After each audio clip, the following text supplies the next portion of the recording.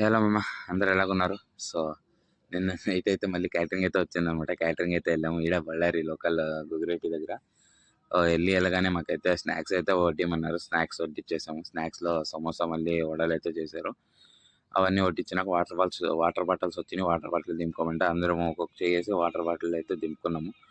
Water bottle దింపుకోగానే ఒక 10 నిమిషాలు కూడా రెస్ట్ ఇవ్వకుండా వైట్ రైస్ అవన్నీ రెడీ అయిపోయినాయి. అబ్బా! నైట్ పొద్దున వడ్డిచ్చేయండి అన్నారు. సో, వైట్ రైసు, సాంబారు, పప్పు, పలావు ఇవన్నీ అయితే ఐటెమ్స్ చేశారనమాట. బ్రెడ్ హల్వా, స్వీట్ అవన్నీ చేశారు చట్నీతో సహా. అన్నీ చేసేసి వాళ్ళందరికి వడ్డిచ్చేసరికి 11:30 అయింది. సో, అప్పటికే లేట్ అయిందని మేము కూడా తినే కూర్చున్నాం. నేనైతే ఫస్ట్ 2 పూరీలు పెట్టుకొని 2 పూరీలతో అయితే ఫుల్‌గా లాగిచ్చేసాను. పూరీలైతే బాగున్నాయి మామ. ఆ తర్వాత పలావ్‌తో కూడా కొంచెం తిన్నాను. పలావ్‌తో తినేసాను.